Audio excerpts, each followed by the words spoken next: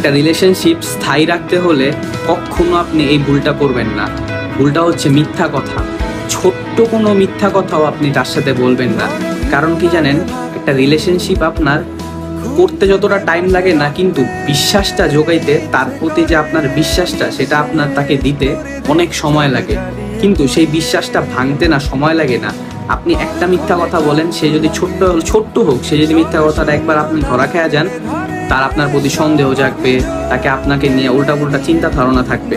তখন আস্তে ধীরে এই সন্দেহ হইতে হইতে হইতে হইতে একটা সময় যায় রিলেশনশিপটা টিকবে না। সবসময় চিন্তা করবেন যে ভুলবশত আমি একটা মিথ্যা কথা যেন ওকে না বলি। এই জিনিসটা আপনি চেষ্টা করবেন যে ওর সাথে যতদিন সম্পর্ক থাকবে, আপনি যদি ওর সত্যিকারে ভালোবেসে থাকেন, পরে সবসময় আপনি সত্যি কথা বলবেন। সত্যি কথাটা একটু তিতা হলো, সত্যি কথাটা বলার চেষ্টা করবেন। সত্যি কথা বলে একটা দুটা বোকা খেতে পারেন, কিন্তু মিথ্যা কথা বলে তার মনটা নষ্ট করেন না, তার মন হারায়েন না, ঠিক আছে?